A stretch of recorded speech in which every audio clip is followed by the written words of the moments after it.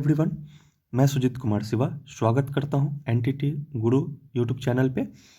आइए आज हम चर्चा करेंगे बाल्यावस्था की प्रमुख रुचियों के बारे में। इससे पहले हम चर्चा कर चुके हैं रुचि क्या है, रुचि का विकास कैसे होता है, रुचि उत्पन्न कैसे होता है ना। उसके बाद रुचि जो है कब शनक में परिवर्तित होता है, इन तमाम चीज़ों के बारे में हम अच्छे से चर्चा कर चुके हैं। आप इसके पहले वाले वीडियो में देखे होंगे। आइए हम चर्चा करते हैं बाल्यावस्था की प्रमुख रुचियों के बारे में। ठीक है, आइए पहला देखते हैं कि शरीर में रुचि, इसको लेकर के हम बातचीत करते हैं। ये शरीर में रुचि कहने का मतलब इंटरेस्ट इन बॉडी, मतलब बॉडी से किस तरह का जो है वो रुचि है उसको बारे में जानते हैं। यहाँ क्या है कि बच्चा जब 6 से 7 महीने का होता है तो वो बैठना सीख जाता है, तो उसकी रुचि जो होती है वो स्वयं के शरीर के प्रति विकसित होने लगती है। यहाँ पे होगा कि विभिन्न अंगों को देखना, उसे ढूंढना और उसको जानना प्रारंभ करता है ना। हरलॉक के अनुसार से हरलॉक साहब ने 1978 में अपना एक विचार दिया था कि बालक जब 3 वर्ष से लेकर 4 वर्ष का जब हो जाता है तब वह इस बात में रुचि लेने लगता है कि उसके शरीर के विभिन्न अंग किस प्रकार से क्रिया करते हैं, है ना। वो हर मोशन को, हर एक्टिविटी को जो है वो ध्यान देता है, कौन सा अंग जो है वो किस तरह का कार्य कर रहा है, शरीर के विभिन्न अंग के बारे में। वह शिशु में अपने शरीर के विभिन्न अंगों को देखता है, उसके बारे में पूछता है। जैसे आप देख लीजिए, लाड़ को लेकर के हो जाएगा, पसीना, आंसू, इस सब को लेकर के, लाड़ कहाँ से आ रहा है, पसीना कहाँ से कैसे निकलता है, इन सब के बारे में वो प्रश्न पूछता है, जानने की ख्वाहिश रखता है। तो बच्चे जो होते हैं वो जिज्ञासु प्रवृत्ति के होते हैं। इसको ज़रा ध्यान से समझने की ज़रूरत है कि बच्चे जो होते हैं वो जिज्ञासु प्रवृत्ति के होते हैं। अगर उनकी जिज्ञासा को शांत नहीं किया गया, यानी उनके प्रश्नों का जवाब नहीं दिया गया, तो थोड़ा सा जो होते हैं वो आप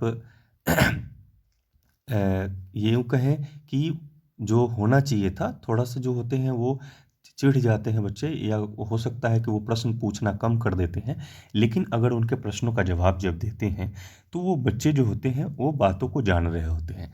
जब वो विद्यालयी जीवन में जाते हैं, है ना, स्कूली लाइफ में जब प्रवेश करते हैं, वहाँ पे जब बातें सुनने को, समझने को मिलता है तो बच्चे कोरिलेट करना स्टार्ट कर देते हैं। ये एक प्लस पॉइंट है जहाँ पे हमें बच्चे की जो जिज्ञासु प्रवृत्ति है उसकी प्रतिपूर्ति करनी चाहिए। ठीक है, अब आते हैं कि बालक के शरीर के प्रति जो रुचि जितनी अधिक होती है वह शरीर के बारे में उतना ही जो है वो जानता है ना। इसमें है कि एक और दूसरा होता है एडजस्टमेंट को लेकर के होता है चर्चा, कि बच्चे का जो होता है समायोजन जो जितना बेहतर होगा, है ना, समायोजन में उपयुक्त प्रकार के, कहने का मतलब एडजस्टमेंट अगर सही तरीके से होता है तो शरीर और स्वास्थ्य के संबंध में रुचि अपेक्षाकृत थोड़ा देर से विकसित होती है ना। तो इसमें है क्या कि अगर बालक अपने शैक्षिक और सामाजिक असफलता, अगर ये बच्चा ये चीज़ें अगर शुरुआती दौर से सही नहीं की गई, यानी कि जिज्ञासु प्रवृत्ति को शांत नहीं किया गया, तो बालक की शैक्षिक और सामाजिक असफलता का कारण जो हो जाता है, कई बार वो अपने स्वास्थ्य को लेकर के, शरीर को लेकर के जो है वो बताता है। ठीक है, तो ये हो गया शारीरिक, शरीर में रुचि। अब अगले टॉपिक पे आते हैं, अगला जो है वस्त्र संबंधी रुचि। अब वस्त्र संबंधी रुचि, अब इसको देखते हैं कि क्या है वस्त्र संबंधी रुचि। इसमें वस्त्र से संबंधित जो रुचि है उसको ज़रा ध्यान से समझिएगा कि प्राइमरी स्तर पे, मतलब शुरुआती स्टेज में बच्चे का जो है वो वस्त्र से जो है वो विशेष कुछ होता नहीं है, कंफर्ट एक होना चाहिए, बस फील होना चाहिए, वो अपने अनुसार से जो है पहनाते हैं लोग। लेकिन बाद वाले स्टेज में जो है वो धीरे धीरे धीरे धीरे जो है वो मतलब कलर को पहचानना, है ना, ये सब चीज़ जो है वो शुरू कर देता है। क्यों? अब आप देख सकते हैं कि जैसे ही 12 महीने या 13 महीने या 18 महीने का जब बच्चा हो जाता है तो उसमें वस्तु स्थायित्व का गुण आ जाता है। यानी जैसे हम लोग बताते हैं कि कोई भी चीज़ अगर वो लिए हुए होता है, उसे छीन करके हम लोग पीछे रख लेते, कहते नहीं है कि ओ कौवा ले गया। तो ये चीज़ें जो है वो बच्चा जो है वो 18 से 19 माह में जो है ये चीज़ें समझने लगता है कि कौवा नहीं ले गया है, मम्मी पीछे छुपाई है। यानी कहने का मतलब वस्तु स्थायित्व का गुण जो है वो 18 से 19 महीने में बच्चों में आ जाता है। तो वहाँ से क्या होता है कि कलर को लेकर के जो है बच्चे वो चीज़ पहन जाते, समझ जाते हैं। आप उसी वस्त्र को फिर पहनाते हैं तो बच्चा जो कहता है कि नहीं नहीं ये कल पहने थे, ये नया नहीं है, दूसरा चाहिए मुझे। तो ये जो बात आता है तो वो चीज़ें समझ पाता है बच्चा कब, जब वस्तु स्थायित्व का गुण जो है वो डेवलप हो जाता है। शुरुआती दौर में बच्चे जो है कलरफुल वस्त्र जो है वो पहनना पसंद करते हैं। ठीक है, तो अब इसमें आते हैं कि जो बालकों के जिन प्रमुख आवश्यकताओं की संतुष्टि होती है वो निम्न प्रकार है। जैसे स्वतंत्रता, यानी कहने का मतलब है कि स्वतंत्रता की आवश्यकता की पूर्ति होती है, यानी कहने का मतलब ऐसा ना हो पूरा फ्री रहे। दूसरा होता है कि दूसरे का ध्यान आकर्षित हो, ये एक पॉइंट है। उसके बाद जो है अपने समूह में भी जाता है बच्चा तो उसमें भी अलग दिखने का एक जो होता है, इसमें ये होता है कपड़े के को एक अलग पहनने का या अलग से दिखे, ये जो है आइडेंटिफिकेशन जो होगा वो भी इसमें सरलता से स्थापित कर पाता है। ठीक है, लेकिन जब 10 वर्ष की अवस्था में जब के बाद जब बच्चा होता है तो वो अपना जो होता है वो यौन उपयुक्तता के अनुसार से जो है अपना कपड़े की आवश्यकता जो है उसको अनुभव करता है और पहनता है ना। यानी कहने का मतलब है वो किसी से प्रभावित होकर के जो है वो वस्त्र को अपना एक फैशन जिसको बोलते हैं वो करना शुरू कर देता है बच्चा। ठीक है, अब आते हैं तो ये चीज़ें हो गई। बालकों की वस्त्रों में रुचि जो है उसकी आयु बढ़ने से जो है धीरे धीरे परिवर्तित होता है। वो चीज़ें आप देखें, इससे पहले हम चर्चा किए थे। एक चीज़ होता है जो एक फिटनेस को लेकर के जो होता है, या जो अस्वस्थ बच्चे हैं उनको लेकर के, दुबले पतले बच्चे जो होते हैं वो थोड़ा सा मोटे या कपड़े पहनना पसंद करते हैं भारी, ताकि वो जो है पहनावा अधिक पसंद करते हैं, जो थोड़ा सा मोटा कपड़ा हो या थोड़ा मतलब पहने ऐसा तक भड़कदार लगे, ऐसा न लगे कि दुबला पतला नहीं लगे, ये चीज़ें हो गई। ठीक, बच्चे नए कपड़े पहनने को अधिक जिज्ञासु होते हैं। अब क्यों? और एक भी ये भी देखा गया है कि जब हल्का और चमकीले रंग वाले वस्त्र जो है पहनना अधिक पसंद करता है ना, क्योंकि इस प्रकार के कपड़ों का आकर्षण जो मूल्य जो होता है वो अधिक होता है, इसीलिए बच्चे जो है इस तरह के कपड़े पहनते हैं। ठीक है, तो वस्त्र में किस तरह से रुचि है, ये टाइम टू टाइम चेंज होता रहता है। टाइम टू टाइम आने वाले समय के अनुसार से उसके फैशन में चेंज आते हैं, उसके अनुसार से बदलाव आते रहते हैं। क्लियर है? अब आते हैं आगे, चर्चा करते हैं हम आपको नाम को लेकर के, नाम में रुचि। अब ये क्या है, इसको समझते हैं इंटरेस्ट इन नेम। बालक को अपने नाम के प्रति कोई विशेष रुचि होती नहीं है। कब तक? जब तक कि उस नाम से संबंधित कोई मतलब प्रशंसा न कोई किया हो या कुछ तर्क वितर्क आलोचना अगर न किया हो, तब तक उसको इस चीज़ के बारे में आभास नहीं होता है ना। उसके बाद इसमें जो है एक अध्ययन के अनुसार से जो है कि बालक, अध्ययन के अनुसार से एक मनोवैज्ञानिक हुए JW, उन्होंने जो है बच्चों को जब इस बात का ज्ञान हो जाता है कि जैसे वस्तु को उसके नाम से पहचाना जाता है, ठीक उसी प्रकार से व्यक्तियों को भी उसके नामों से पहचाना जाता है, तब वह अपने नाम में रुचि लेने लगता है इनके अनुसार से। ठीक है ना। अब इसमें होता क्या है कि अब ये चीज़ तो ये बताएं, लेकिन कभी कभी जो होता है किसी किसी का नाम जो होता है वो कठिन होता है, वो भी अपने उच्चारण में, तो फिर जो है वो भी इंटरेस्ट लेना शुरू कर देते हैं। एक दूसरा एक हमारी संस्कृति में ये है कि एक ही बच्चे का 2-3 नाम होता है। लोग प्यार से कुछ नाम रखते हैं, या घर का नाम जो होता है वो, है ना, एक जो होता है जो विद्यालय में उसका नाम एडमिशन होता है उस समय उसको लिखवाया जाता है। तो ये चीज़ें हैं।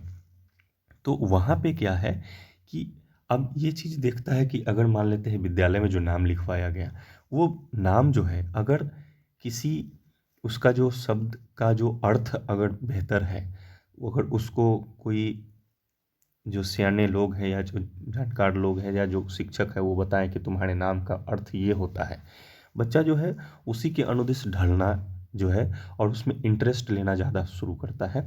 वो घर के नाम से जो है उतना प्रभावित नहीं होता, तो उसमें रुचि कम लेता है, विद्यालय वाले नाम में ज़्यादा रुचि लेता है।